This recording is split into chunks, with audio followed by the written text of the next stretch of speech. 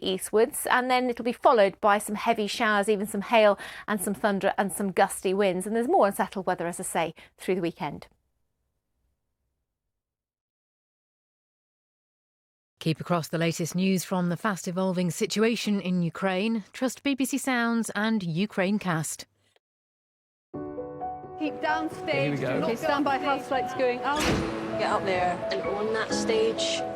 I ain't seen nothing like this before in my life. I ain't seen nothing like this before in my life.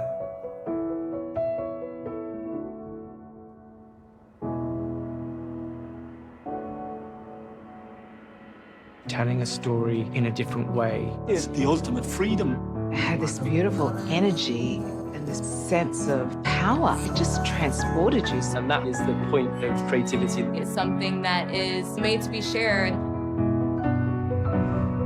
I am nothing if not optimistic. There's nothing like a happy end. Take your seat with original performances on BBC4 and iPlayer. The story starts with him, me and him.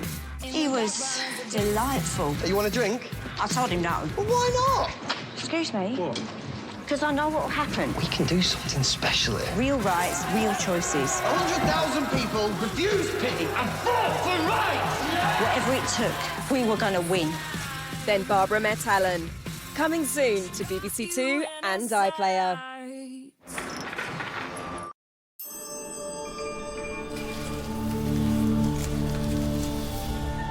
Taking a closer look at Russian military strategy in Ukraine now on BBC Two, Unspun World with John Simpson.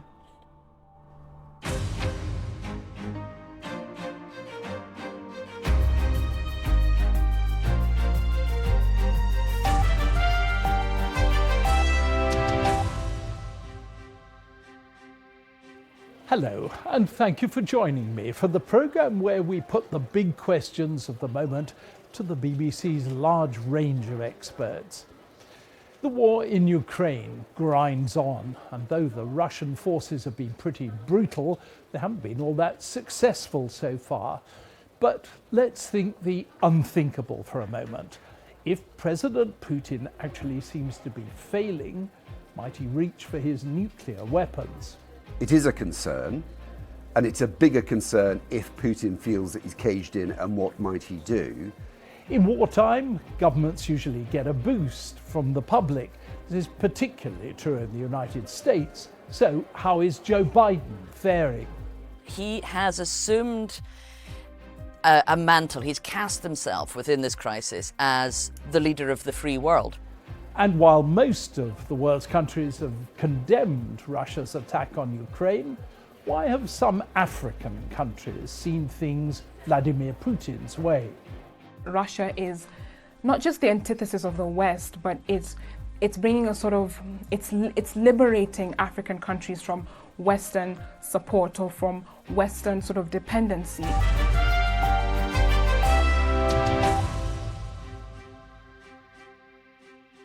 Anyone who's seen Russian troops on the battlefield knows how terrifying they can be. Bombing and shooting without discrimination. Yet they've not been all that successful so far, despite the frightening weapons they can deploy. I sought the views of Johnny Beale, the BBC's defence correspondent. One explanation given to me by a senior defence official was President Putin thought he had the army he'd seen on parade in Red Square, the Victory Day parade.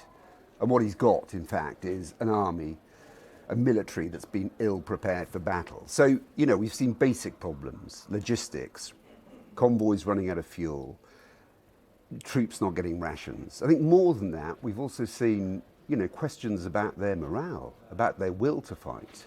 And, you know, there is, I've been told, evidence that lots of those Russian forces really did think they were going on a military exercise, only to be told at a later time, just before the invasion, that in fact they were going to be invading a country, a neighbour. And the other thing is, I think they did not expect the resistance that they're facing. They did really believe that they would be welcomed largely with open arms. How do you think Putin is going to run this campaign from now on? I mean, is it going to be heavy bombardment of the cities? Yeah, and we've seen that, haven't we? We've seen, the indiscriminate bombing, and let's remember all those, multiple rocket launchers that have got in huge numbers.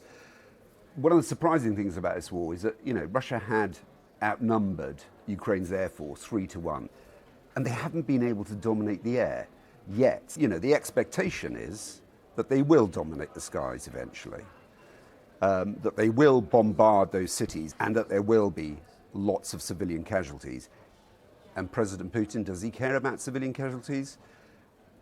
The evidence suggests not. He's got, of course, both tactical and strategic nuclear weapons.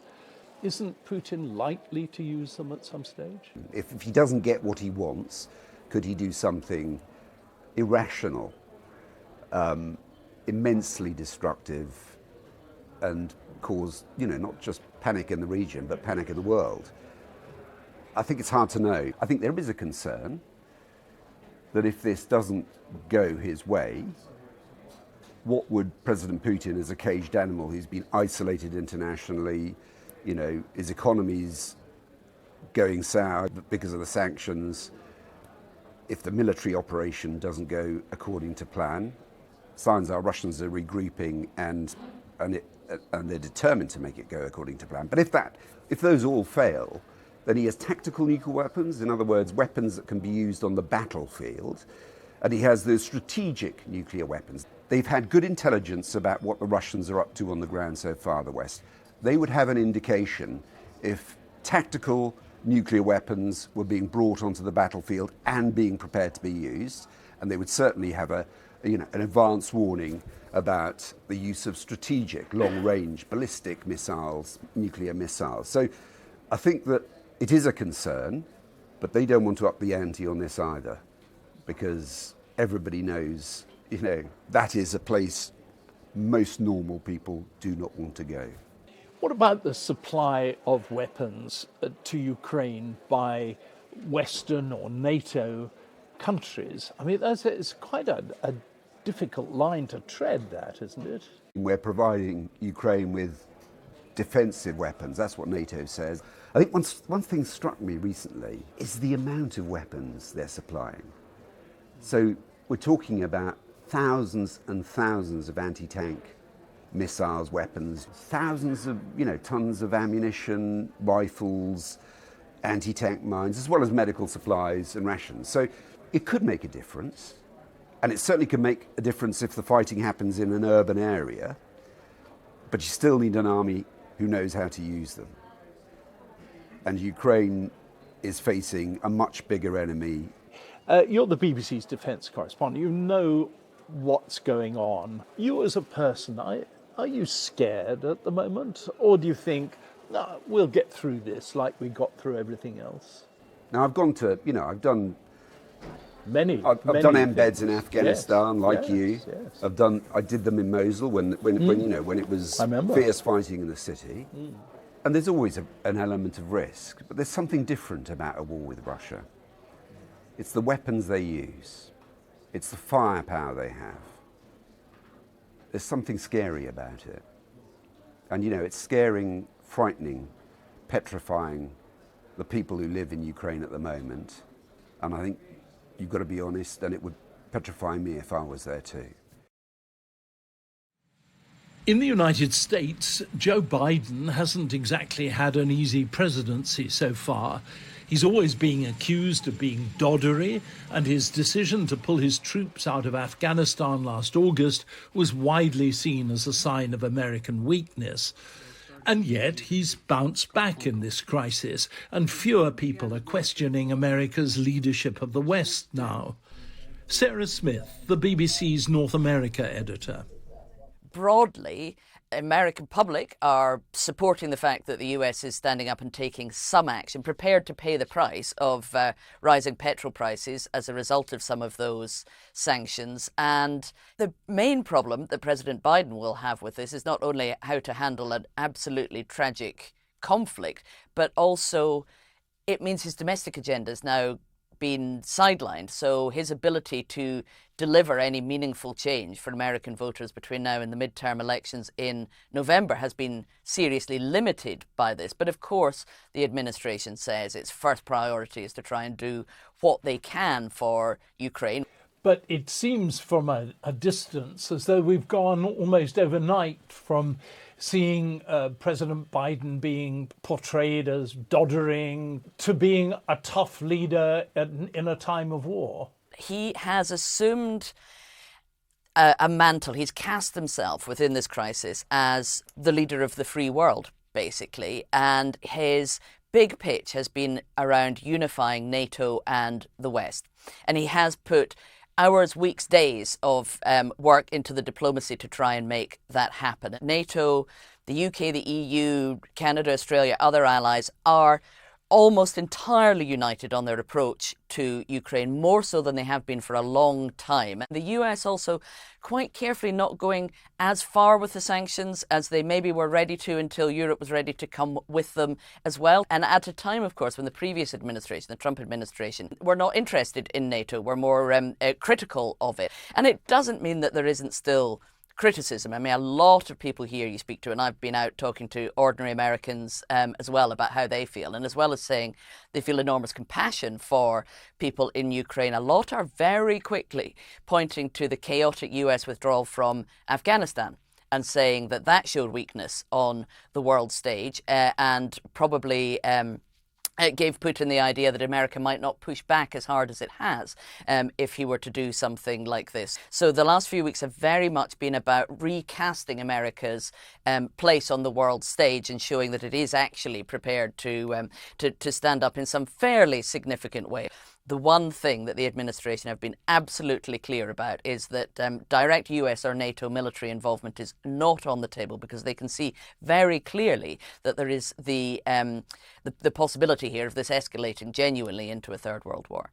And how much traction has ex-President Donald Trump's assertions that he'd have done it so much better, there wouldn't have been an invasion in the first place and so on if he had been president? Do people listen to that?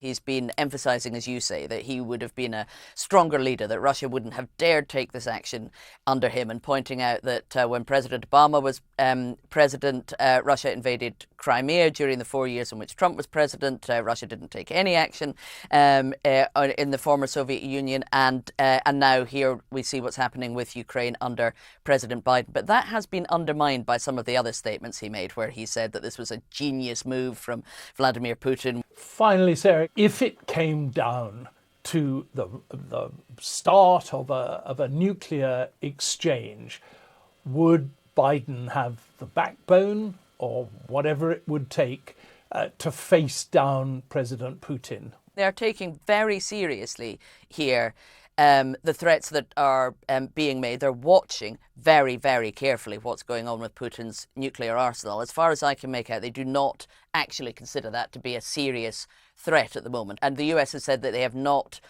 changed their nuclear posture. They are ready for other kinds of attacks, though. They're definitely anxious about significant cyber attacks on the US and starting to make very clear that that would be considered an attack. Now, whether it would be met with a military response or met with a cyber response, they're not prepared to say.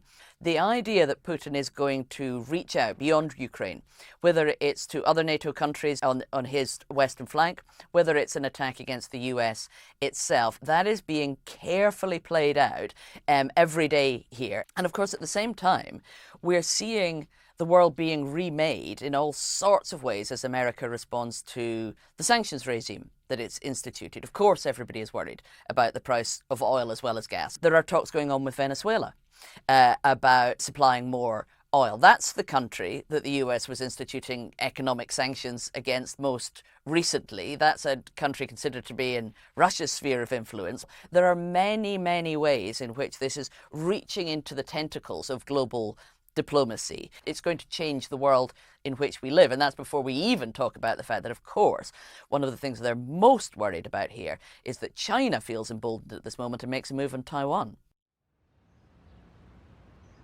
As with many wars in recent times, there are immense amounts of disinformation and outright lies going the rounds about the war in Ukraine. The BBC's monitoring service listens to it all and keeps the rest of the BBC and other organisations up to date with what's being said. Vitaly Shevchenko is the head of the Russian monitoring department. All these accusations that Ukraine is a source of many evils, they were becoming more and more shrill and aggressive. And they culminated in President Putin's statements that Ukraine is a state run by neo-Nazis and drug addicts, which is a strange statement to make because President Zelensky himself is Jewish. It's a very good example of how words can kill. I'm from Eastern Ukraine myself. I'm a Russian speaker, and I don't think I've seen anything to suggest that Russian speakers there were under threat from Ukrainian speakers or any sort of right-wing extremist force. There are people in the West who do point to extreme right-wing neo-Nazi groups inside Ukraine, but you're saying that they're of no consequence. It's true that there were, or there have been, torchlit processions, that right-wing extremists exist in Ukraine, but they exist in other places as well. I've been watching both Russia and Ukraine for more than 20 years. They don't exist as an organized force that can have an impact on the government. This is a force that's been invented by the Kremlin's media machine to justify the war in Ukraine. What are Russians hearing about the losses that they're clearly suffering inside Ukraine during the war? It's computer-generated footage. It's footage coming from computer games even.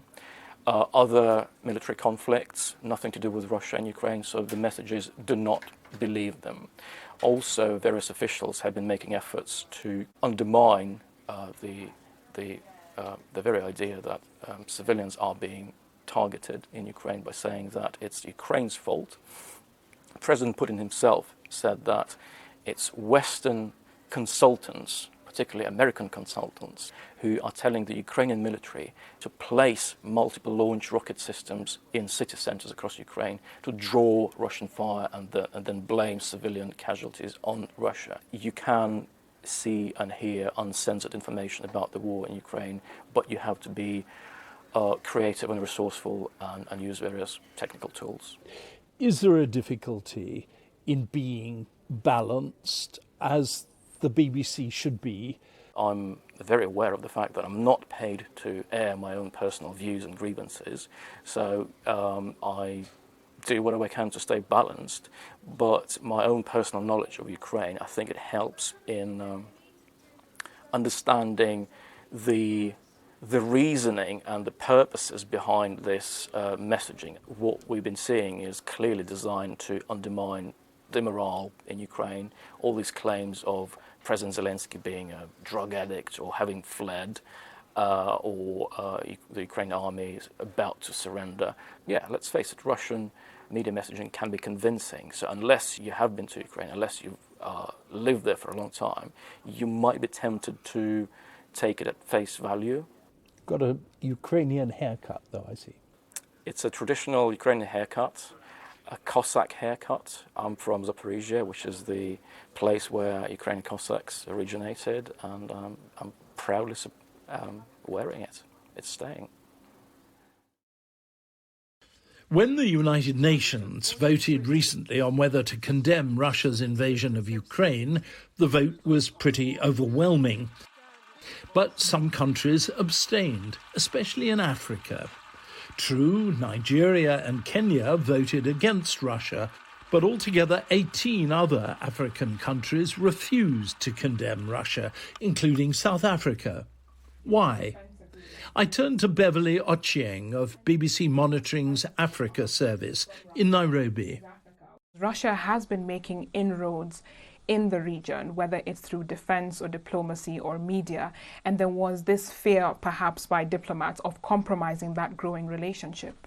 But there's also the issue of gold, isn't there? Gold that Russia is hoovering up in various countries in Africa and taking it back, which protects it against the sanctions that the Western countries are imposing. A lot of commentary does look at the fact that Russia's relationship with various countries, whether it's Sudan, where it is establishing a naval base, and also in part of the gold mining industry, or the CAR, where it has established mercenary presence in some of the gemstone mining sites, or even speculation in Mali that Russia could be getting concessions from some of the gold wealth, that Russia's relationship with African countries is extractive and exploitative. But there is some growing support in many urban areas. We've seen pro-Russia protests, specifically at the time when the conflict broke out in Ukraine. Part of it could be because of this perception that Russia is not just the antithesis of the West, but it's bringing a sort of, it's liberating African countries from Western support or from Western sort of dependency, giving defense agreements. It is giving arms to African countries. The biggest purchaser of arms from Russia is Africa. And much of this is coming without the peg of, concerns about human rights. It's very affordable, it's very available, and the arrangements that come with it are ultimately very questionable, but it suits some of the people who are in power. For instance, in Sudan, where you have the Deputy General who has been a proponent of Russia or Russian presence in the mining industry as well as in defense. And there is an element of anti-Western feeling, a sense that Russia is not a colonial power. Technically, Russia did not colonize any African states.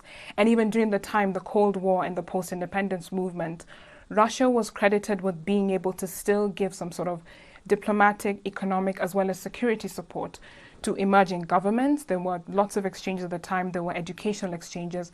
A number of leaders, if you look at the Mozambican leaders or even in Southern Africa, key leaders did study in Moscow and came back and have been embedded in government institutions for a long time. So there was a way that it played a positive role at that time in strengthening some of the elements that enabled governance in African countries, and at the same time presenting a different force compared with the West. Do you feel that the Russian position is making progress in Africa as a whole, or have the pictures that we've all seen from Ukraine rather given Russia a push back? It feels as though Putin is both trying to show himself, not just against the West, but also to show that there is some influence within the African continent. It's a continuation of these historic links, this sort of sentimentalism that comes from post-independence or the Cold War movement, and showing there's some sort of economic benefit, even though it seemed to be exploitative, and also sort of entrenching a foothold, whether it's in the defense sector, and showing that it is or it can be a reliable partner. The war in Ukraine is currently by far the most intensively reported conflict in the world. Yet there are plenty of other wars going on, including one in Myanmar, which is scarcely being reported at all. So Win Tan of the BBC's Burmese service. It started off as a peaceful protest, but when they faced with this lethal force by the military, they have gone to border areas where they joined up with the ethnic armed groups. Myanmar has got several ethnic armed groups operating along the border. So these protesters have gone to those ethnic armed groups, got some training, military training. They have returned to their regions, and they formed forces called PDF, People's Defense Forces, and started to fight back. So we couldn't say that this is close enough to topple the military in power, because military still possess heavy, machinery, weaponries.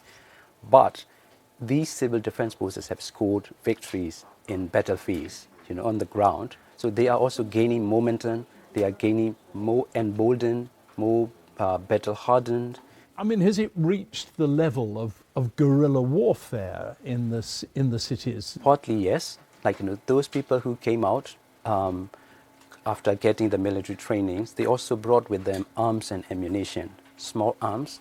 They asked people not to collaborate with the military in any form. So they started to target the village and ward level officials who were working for the military. They started to shoot at them, assassinate them. They planted bombs in their homes or on the way out. So it's partly guerrilla warfare, also in the battlefields, in the jungles. When the military convoy passed through, they would face with the attacks, homemade bombs. So previously this resistance started with these homemade bombs, but now they are a bit more sophisticated. They receive more sophisticated weapons, smuggled from the border. They are reaching to the city's streets.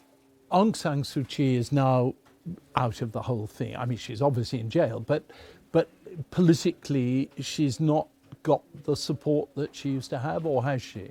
The whole thing about this resistance against the military started off with Aung San Suu Kyi. When she came in, previously people were very much coward. So she came in with this idea that we need to be fearless, we need to oppose the injustice. So she is very much in the heart of the public. So in 2020 elections, though, people overwhelmingly voted for her party because of her. But you mentioned about Aung San Suu Kyi is under detention. She is facing several charges. If she's been convicted and sentenced, then she could spend, the total sentences could be over 100 years. She's already 76. You can imagine that, So this is also intended to keep her way out of political life for life. But still, people ask about, whether Aung San Suu Kyi still will have a role in the future politics. I think she will still have it. But one of the bright things coming out of this military coup is that previously, when Aung San Suu Kyi was in power, everybody looked up to her and took cue, decision from her. Now she's been kept away. So second-line leadership have to be on their own. They are now making decisions for themselves. I want to put you on the spot. Will the military still be running the country in 5 years' time? If you asked me that question 10 years ago, then I would say that yes, they would still be. But now things have changed. Not just the ethnic armies kind of, fighting against the military, but very much almost the whole country. But the thing is, the army chief Miao Aung understands that once he gives up power, he would end up in the dock. So that will put him to hang on to power at any cost. That's a very dangerous kind of scenario for the country. So Win Tan of the BBC's Burmese service. As for the far bigger and better known war in Ukraine, Russia's strategy, since it couldn't inflict a sudden decisive defeat, seems to be to drag things out, drive large numbers of the Ukrainian population into exile and bombard its towns and cities into rubble. That was Russia's strategy in Syria, and it seems likely we'll see the same thing happening now in Ukraine. Well, that's it from this edition of Unspun World. Please join me and the BBC's experts right around the world next week.